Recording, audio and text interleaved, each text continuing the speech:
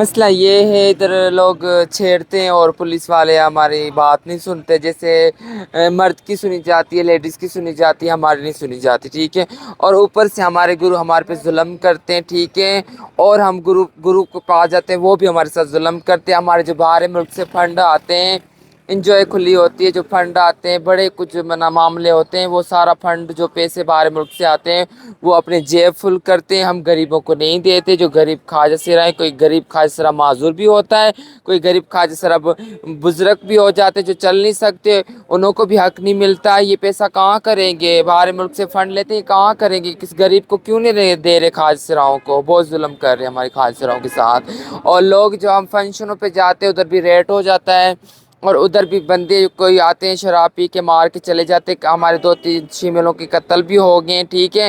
ادھر بھی کارروائی نہیں ہوئی. ٹھیک ہے. تو حکومت سے کوئی آپ کے مطالبات؟ ہاں، پنجاب سے میں یہ کہنا چاہتی ہوں، پنجاب جو ہے یہ بڑا کیا نام ہے اس کا، مریم نواز. ہاں مریم نواز سے بولتے ہیں ہمارے نا جو خواجہ سراؤں کے لیے کچھ اچھا سوچے، اور بے نظیر محترمہ کے پیسے بھی دیں ہمارے، کیونکہ تو ہمارے گھر والے گھر سے دھکے مار کے نکال دیتے ہیں.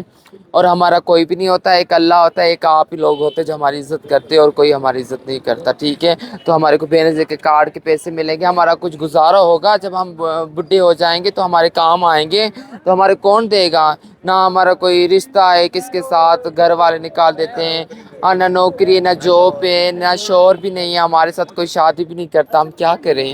ہم تو بیوہ عورتیں.